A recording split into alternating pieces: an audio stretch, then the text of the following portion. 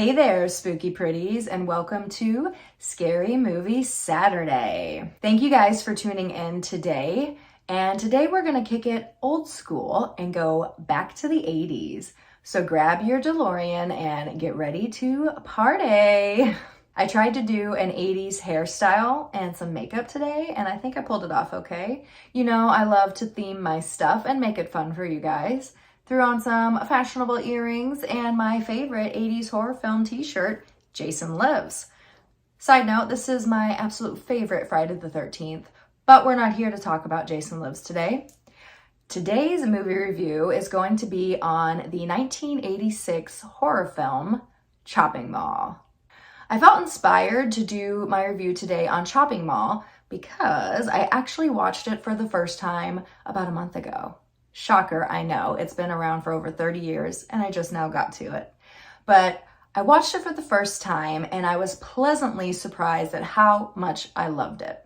I have heard nothing but good things about this movie and everybody's opinions were correct. It is classic and it is perfect.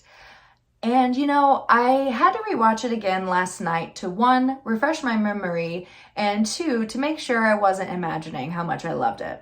Because I have this thing that when I get a migraine, I throw on a horror film that I've never seen before, and I try to distract myself from the pain going on in my head.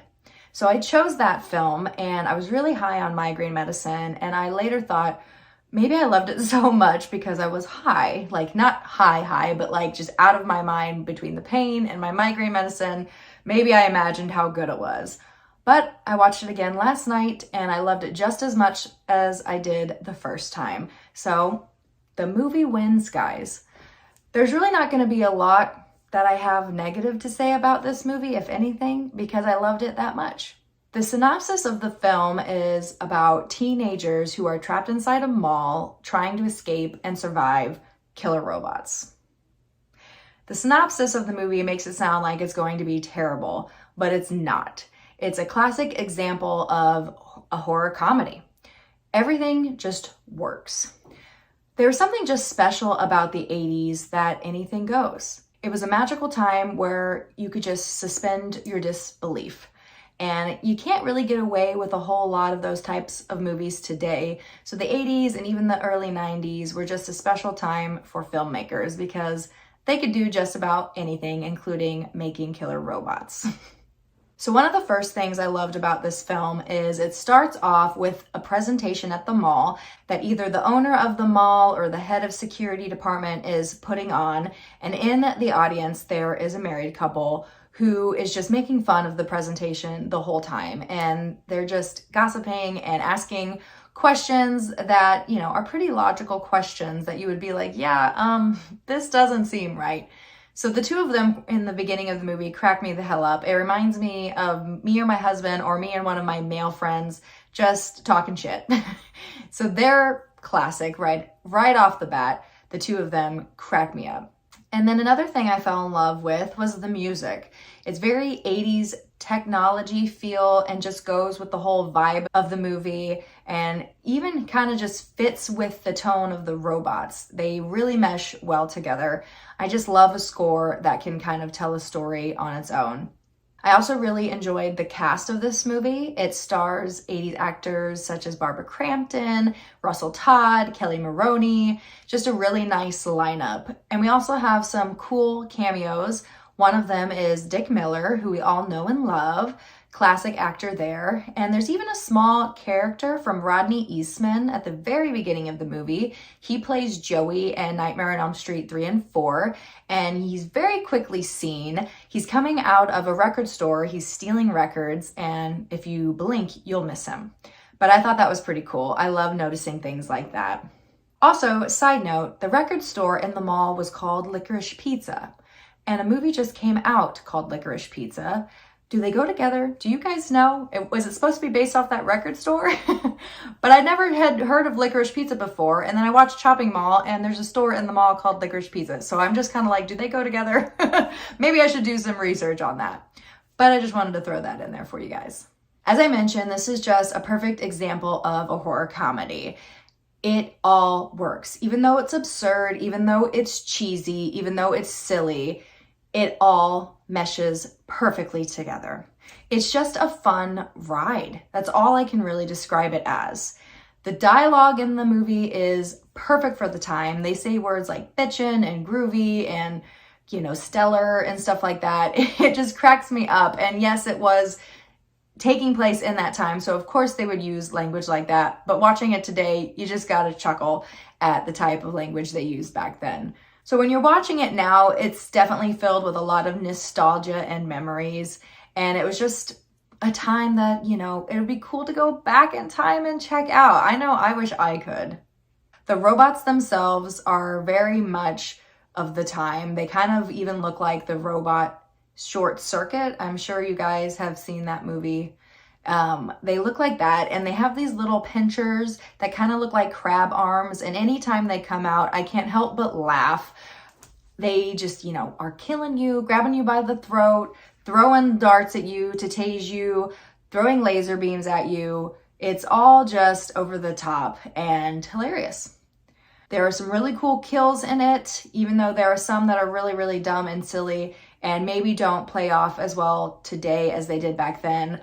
But one of my favorite kills is the very first female character to get killed. She gets her head blown off by a laser, and it just kind of takes you by surprise in the moment. And when it happened, I just busted out laughing. It was too classic, and it literally about blew my head off with how funny I thought it was. I was really pleasantly surprised that Barbara Crampton did not end up being the final girl, because when I went into this movie, I automatically assumed that she would be our girl to end it all, but she ended up not being that. She played a character that ended up being kind of hysterical, not able to keep her cool, and just kind of freaked out and ended up biting the dust. So I was happy to see that I was wrong and she was not our final girl. It actually ended up being Miss Allison, played by Kelly Maroney, that ended up kicking some major ass. She starts off very shy, kind of unsure of herself, and then she ends up coming out of the woodwork and seems to know how to do everything. She can shoot like a pro. She can run faster than anybody else. She has a ton of smarts about her and just coming up with really cool situations to try and escape and kill these things. So yeah, she ended up surprising me, and I really liked that I did not know that she was going to be our girl. Of course, in this movie, there is ridiculous sex scenes, gratuitous boobs, and all the things we love about 80s movies. Ridiculous dancing, silly partying, getting drunk. That's all in this film. So if you like that kind of stuff, this film is for you. I really am sitting here struggling trying to name one negative thing about it, but for me, there's really nothing negative. If you want to have a good time, if you want to sit down and not think about anything and just laugh, put in this movie, because that is exactly what it'll give you. It has laughs, it has gore, and it's just mind-numbing fun that everybody can love. So of course this movie ends with them killing the robots, but unfortunately barely anybody else survives.